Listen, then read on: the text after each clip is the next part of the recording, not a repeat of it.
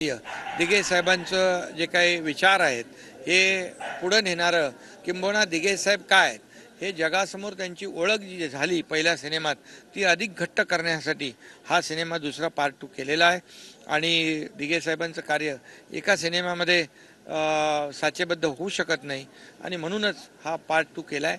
हा पार्ट 2 जो आहे हा खऱ्या अर्थाने धर्मवीर आनंद दिघे साहेबांची जी काही कार्यपद्धती जी आहे ही कार्यपद्धती जगासमोर आणणारा हा चित्रपट आहे आणि तो हिंदीमध्ये देखील आपण करतोय। अनेक राज्यातून मागणी आल्यामुळे त्यामुळे मी धर्मवीर पार्ट 2 ला खूप खूप शुभेच्छा देतो।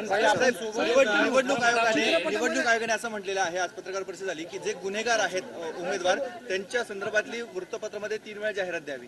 नाही, निवडणूक आयोगाची जी काही नियमावली आहे त्याप्रमाणे लोकशाहीमध्ये नियमाने कामकाज झालं पाहिजे, नियमाने लोकशाहीमध्ये निवडणूक झाली पाहिजे, त्याप्रमाणे निवडणूक आयोग जे आहे हे काम करतोय आणि नक्कीच त्याचं जे काय आहे लोकशाहीमध्ये पारदर्शकता असली पाहिजे।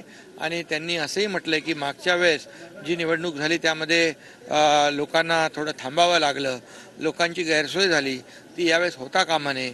त्यामुळे निवडणूक आयोगाने चांगला निर्णय घेतला, त्याचं स्वागत करतो।